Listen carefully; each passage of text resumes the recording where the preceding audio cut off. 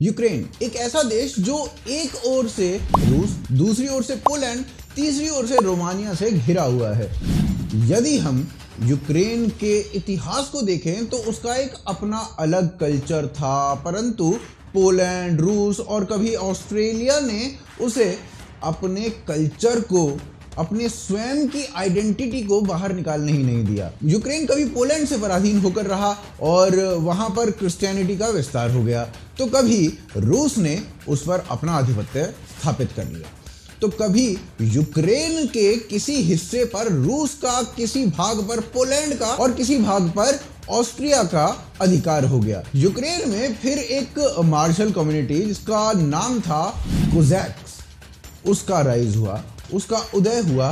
वो यूक्रेन की martial community थी जिसे पोलैंड ने अपने लाभ के लिए यूज किया, और जब वो आउट ऑफ कंट्रोल हो गए, उन्होंने अपनी स्वाधीनता की लड़ाई छेड़ दी, तो भाई जैसे तैसे कठिनाइयों से ही सही पर उन्हें समाप्त कर दिया गया, कुचल दिया गया। 18वीं शताब्दी चल रही थी, उस समय यूक्रेन नाम का कोई स्थान वर्ल्ड मैप पर दिखाई नहीं देता था। ऑस्ट्रिया, हंगरी और रूस का आधिपत्य यूक्रेन पर था। तभी एक नेशनलिस्टिक मूवमेंट यूक्रेन में चलती है जिसे यूक्रेनियन नेशनल रिवाइवल के नाम से जाना जाता है, और यूक्रेन को फाइनली 1991 में स्वतंत्रता मिलती है, जब यूएसएसआर डिसॉल्व हो जाता है। 18वीं शताब्दी में प्रारंभ हुई इस लड़ाई का जो गंतव्य था वो 1991 में जाकर मिला। यदि कोई 5-6 लाइन में डिस्क्रिप्शन मांगे तो ये डिस्क्रिप्शन उपयुक्त हो सकता है, परंतु यदि आप डीप में यूक्रेन रूस की प्रॉब्लम को समझना चाहते हैं और जानना चाहते हैं कि क्या वजह है कि अभी सब कह रहे हैं कि थर्ड वर्ल्ड वॉर प्रारंभ हो सकती है, तो उसके लिए यूक्रेन के इतिहास को एटलीस्ट वर्ल्ड वॉर 1 के उपरांत से जानना अति आवश्यक हो जाता है। तभी जाकर तृतीय विश्व युद्ध समझ में आएगा, अगर वो होता भी है तो आज हम इसी विषय पर बात करेंगे। आप हमारे साथ बने रहिए, देखते रहिए आज की ताज़ा खबर।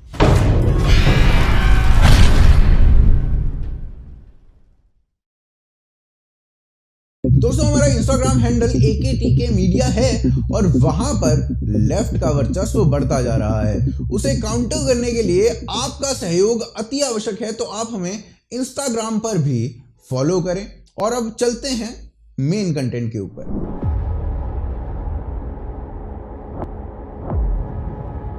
प्रथम विश्व युद्ध चल रहा था, या कहें कि अपने समापन की ओर था। 1917 में अक्टूबर के महीने में रूस में एक क्रांति शुरू हुई जिसे अक्टूबर क्रांति या फिर बोल्शेविक क्रांति के नाम से जाना जाता है।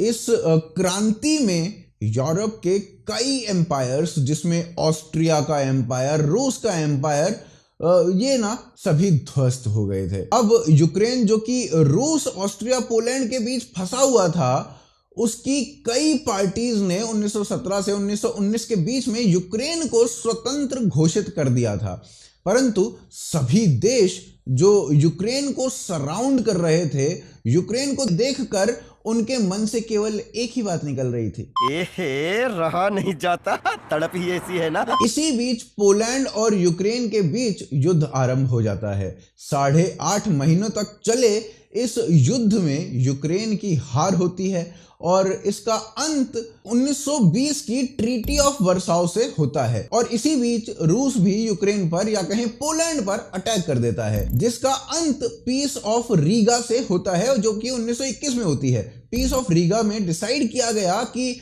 यूक्रेन का एक हिस्सा पोलैंड रख लेगा और दूसरा हिस्सा रूस रख लेगा, और यूक्रेन स्वयं को स्वाधीन घोषित जो कर रहा था वो फिर से पराधीन हो चुका था, जिसके एक हिस्से पर कम्युनिस्ट लेनिन का आधिपत्य था।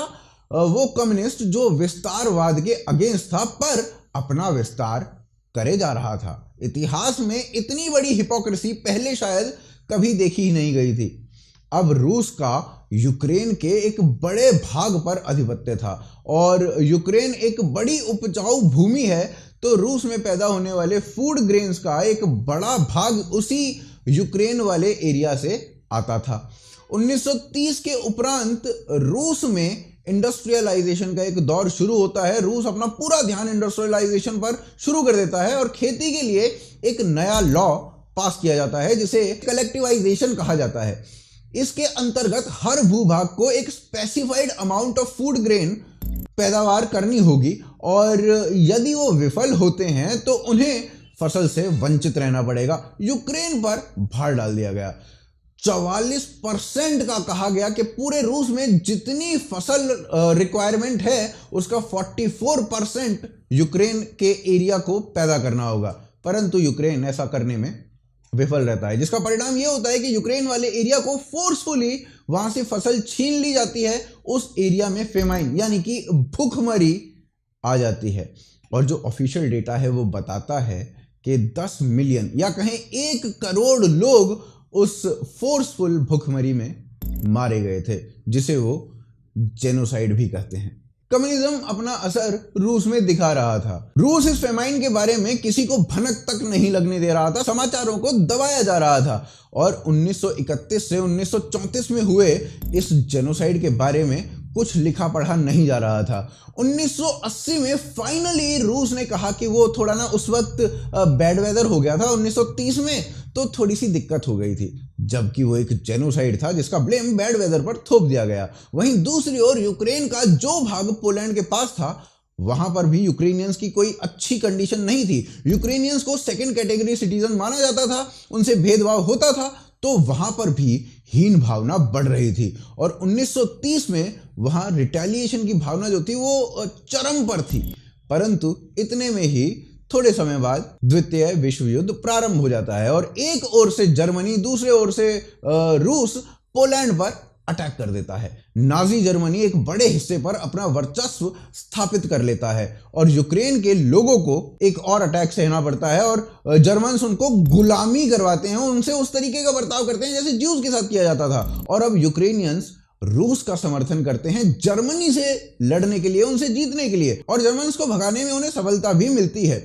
दूसरी वर्ल्ड वॉर समाप्त हो जाती है। अब यूक्रेन जो रूस के वर्चस्व में है उसे कुछ अधिकार दिए जाते हैं, जैसे कि उसे रूल करने वाली पार्टी यूक्रेनियन एसएसआर होगी, वो अपने इंटरनेशनल लॉज बना सकती है और यूनाइटेड नेशंस में एक अलग स्वयं की सीट भी रख सकती है। यानी एक सीट जो है वो रूस की तो है ही, परंतु यूक्रेन भी अपनी दूसरी सीट वहां पर यूएन में रख सकता है। ये संधि अमेरिका ने रूस और यूक्रेन के बीच में कराई थी। यूक्रेन अब इंडस्ट्रियलाइजेशन और प्रोडक्शन में पूरे रूस को पछाड़ना आरंभ कर देता है। रूस की Soviet arms industry and high tech research का केंद्र भी यूक्रेन बन जाता है। रूस की लीडरशिप में भी बड़े सारे नेता यूक्रेन के पहुंच जाते हैं। यूक्रेन अपने आप में बहुत पावरफुल और डेवलप हो जाता है, यहां तक कि रूस की आर्मी में भी एक बड़ी संख्या यूक्रेनियंस की हो जाती है।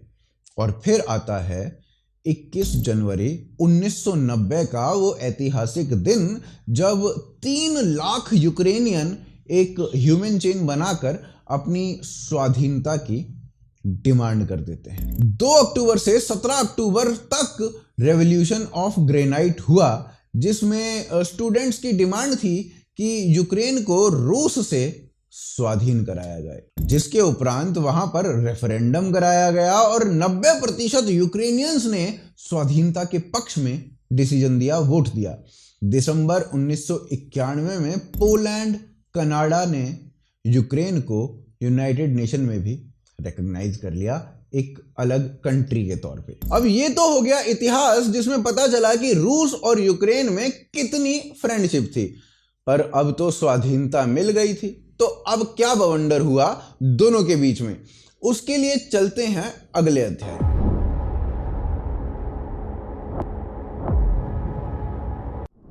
यूक्रेन को स्वाधीनता तो मिल गई, परंतु कुछ ही समय में यूक्रेन की इकोनॉमी चरमराने लगी। वहीं दूसरी ओर यूक्रेन में रशियन सपोर्टर्स की संख्या जो थी वो लगातार बढ़ रही थी। यूक्रेन की मेजॉरिटी मीडिया भी रशियन लैंग्वेज में थी और यूक्रेन में हर तीसरा व्यक्ति जो अपनी मदर टंग बोलता था वो रशियन हुआ करती थी।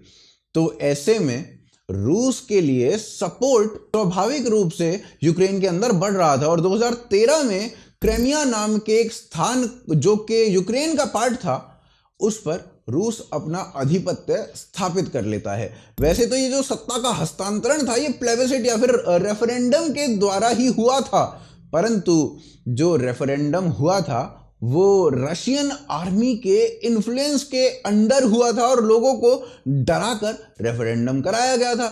इस रेफरेंडम को सही से कराने के लिए यूएन की कोई बॉडी भी वहां पर उपस्थित नहीं थी।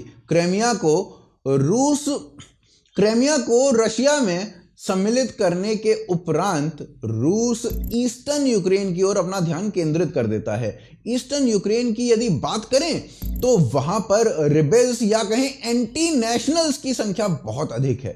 वो रहते यूक्रेन में है लेकिन गीत रूस के गाते हैं और रूस उन्हें हेल्प भी करता है।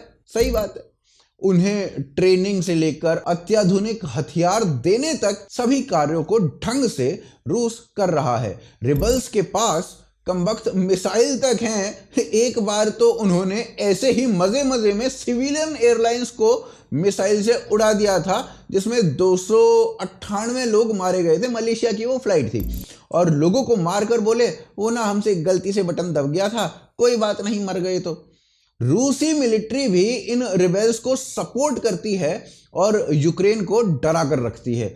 यदि आपने इन पर एक्शन लिया तो हम आप पर अटैक कर देंगे, कुछ इस तरीके के दावे होते हैं। रूस की मिलिट्री वर्ल्ड की सबसे बड़ी मिलिट्री है।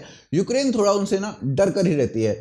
यहां पर एक बात बताना सबसे आवश्यक है कि जब यूक्रेन स्वाधीन हुआ था तब यूक्रेन विश्व की तीसरी सबसे बड़ी एटॉमिक पावर था, लेकिन फिर कई सारे डिप्लोमेटिक एग्रीमेंट्स हुए और यूक्रेन ने सभी एटॉमिक वॉरहेड्स जो कि सैकड़ों की संख्या में थे वो रूस को वापस कर दिए और बदले में वर्ल्ड पावर से कहा कि भाई देखो हमारी सिक्योरिटी आपको करनी होगी, रूस से हमें कोई ना खतरा नहीं होना चाहिए। अबे जब तुम सबसे बड़ी एटॉमिक पावर थे तो सिक्योरिटी तो अपने आप ही थी ना भाई। पर चलो कुछ सोचा ही होगा आपने, वैसे तो आप आजकल रिग्रेट कर ही रहे हो। रूस ने यूएसएसआर का एक बड़ा भाग खोया है और उसे दोबारा यूएसएसआर यदि बनाना है तो रूस का ध्यान ना यूक्रेन के ऊपर केंद्रित होना भी चाहिए। उस दिशा में पुतिन ने कई भाषण भी दिए हैं जिसमें उसने आउटराइटली बोला है रशियंस और Ukrainians were one people a single whole. तो भाई रूस तो अपना वर्चस्व फिर से यूक्रेन पर करना चाहता है, ये तो समझ में आ रहा है और रशिया की जो स्ट्रेटजीज हैं वो भी उसी डायरेक्शन में जाती हुई दिख रही हैं। पर क्या रूस पूर्णतः गलत है? यहां पर किसी और की कोई गलती ही नहीं है। उसे देखते हैं अगले अध्याय में।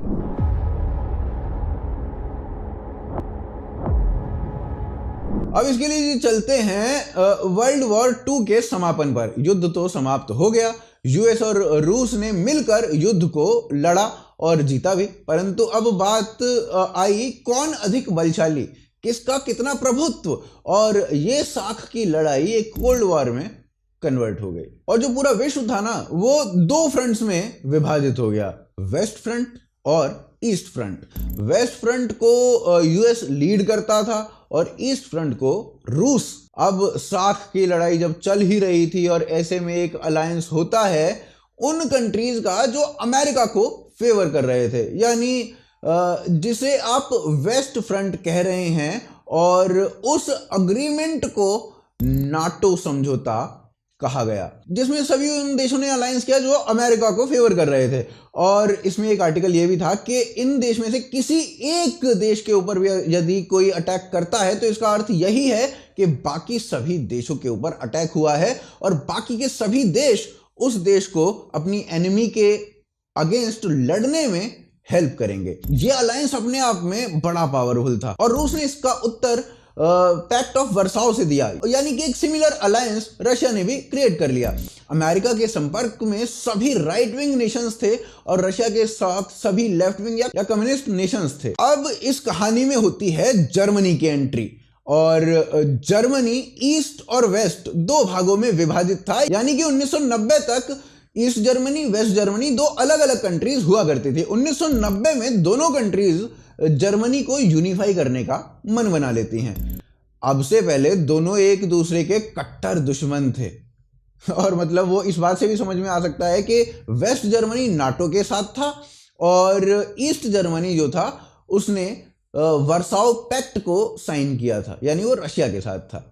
यानी एक यूएस का सपोर्टर, दूसरा रशिया का सपोर्टर, और दोनों अब यूनिफाई हो रहे हैं। तो वर्साओ पैक्ट माना जाएगा या नाटो सदस्यता मानी जाएगी? क्या माना जाएगा? जर्मनी ने नाटो को चुनने का मन बनाया। अब इस पर रूस और अमेरिका के बीच में वार्ता हुई और यूएसए ने रशिया से पूछा, तुम्हें तो कोई दिक्कत नहीं है ना भाई?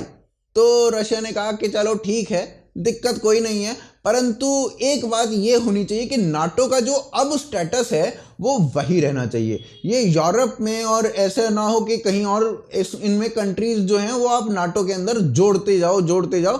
और ये ना एक वर्बल कम्युनिकेशन दोनों ही नेशंस के बीच में हुआ था, जिसकी कोई पेपर वर्क तैयार नहीं हुआ। अब 1990 में जर्मनी यूनिफाई हुआ और उसने नाटो को चुन लिया। अब 1991 में यूएसएसआर का विभाजन हो गया और विश्व के सामने एक पिक्चर गई कि रशिया की शक्ति अब क्षीण हो रही है। और 1990 से 2020 तक 20 अन्य देशों ने नाटो ज्वाइन कर लिया। और अब तो बात यहां तक हो गई कि यूक्रेन भी नाटो ज्वाइन कर ले। 2008 में बुश के समय की बात है, यूक्रेन के नाटो ज्वाइन करने की बात काफी आगे तक पहुंच चुकी थी, जिससे रशिया काफी क्रोधित हो गया। अब नाटो देश जो थे वो रूस की जड़ तक पहुंच चुके थे। ये रशिया की साख की लड़ाई थी। अब जब रशिया की साख की लड़ाई चल रही थी तो भैया रशिया क्यों पीछे हटता? तो रशिया कह रहा है कि भैया ये नाटो बंद करो और यूक्रेन पे मैं अटैक कर दूंगा अदरवाइज। और वो यूक्रेन को अपने पास लाना इसीलिए चाह रहा है ताकि एक रेड लाइन वहां पर खींच सके। परंतु यदि वो यूक्रेन पर अटैक करता है तो इधर से यूरोपियन जो नेशंस हैं और अमेरिका जो है वो रशिया पर अटैक कर सकता है, और जिससे स्थिति पैदा होती है तृतीय विश्व युद्ध की। अगर ऐसा होता है तो एक तृतीय विश्व युद्ध पूरे विश्व में हो सकता है। तो आशान्वित हूं आपको वीडियो पसंद आई होगी। यदि आपको वीडियो पसंद आई है तो आप इस वीडियो को लाइक करें, शेयर करें, और आप हमें सपोर्ट कर सकते हैं जी पे, फोन पे या पेटीएम के थ्रू, यूपीआई के थ्रू। पेटीएम तो है ही, तो आप सपोर्ट करें। हमारी मर्चेंडाइज आप भोकालफैक्ट्री.com से खरीद सकते हैं। साथ ही साथ आप हमें ट्विटर, फेसबुक, इंस्टाग्राम पर फॉलो कर सकते हैं। आप देख रहे थे आज की ताज़ा खबर। जय हिंद, जय भारत।